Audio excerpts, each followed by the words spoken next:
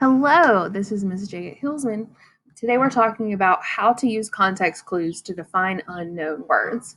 So when you're reading a story or a sentence, you don't necessarily need to already know what a word means in order to figure out what's happening. You can use the clues in a sentence around a word to figure out what it means. So let's practice this. Number 1 says the movie star's large and beautiful home was palatial. Now, what does the word palatial mean? First off, let's figure out, what do we think a movie star's home would look like? It's probably going to be pretty. It's probably going to be pretty big. Now in the sentence, we can see the home is large and beautiful. So let's look at our choices. Do we think a movie star would have an ugly home? Probably not. Would a rich movie star have a tiny home? No. And it says it's large, and it says it's beautiful, so it's not ugly. Would it be for dogs? We don't see anything in the sentence that has to do with dogs. Now, our last option is like a palace. Let's look at the word palatial. What does palatial sound like? It sounds like the word palace. So we can infer that the word palatial means like a palace. Large and beautiful. Palaces are large and beautiful. So in the second one, it says, at the restaurant, we were offered a variety of beverages like milk and iced tea. So let's just look at the sentence before we look at the choices. Beverages like milk and iced tea. Sometimes the sentence will give you examples of what the unknown word means. So some examples of beverages are milk and iced tea. What do milk and iced tea have in common? Oh, they're both things you can drink. So a beverage must be something you can drink.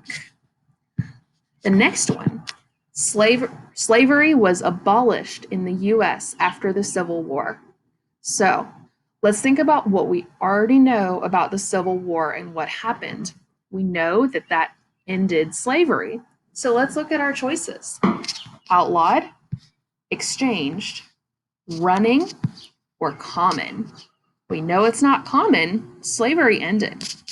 Slavery was running. No, we know that's not true. To exchange means to swap something out, and that doesn't really fit here. Now, to outlaw something means to make it illegal. So slavery was outlawed after the Civil War. It was no longer legal. They got rid of it. In number 4, it says pedestrians should look both ways before crossing the street. So we don't have any examples in this sentence, so we're going to have to use some other clues. So let's think. The pedestrian is crossing the street. So what is a pedestrian? Let's think. When should I look both ways before crossing the street? Always. What am I doing when I am crossing the street? I am walking. People who are walking, walkers, should look both ways before crossing the street. We've got one more. When I fell off the trampoline, I fractured my arm and wore a cast. So, what are some reasons you would wear a cast? Some of you might have worn one before or known someone who wore one.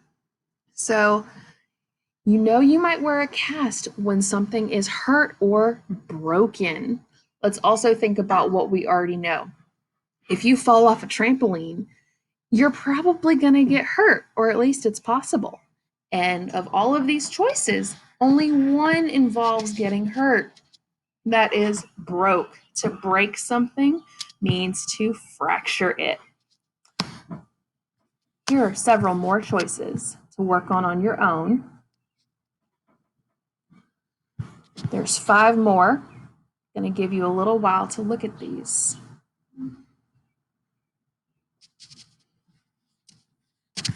Now, we're going to scroll down, give you the answers.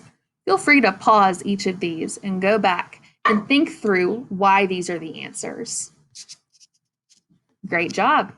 Thanks for learning with me.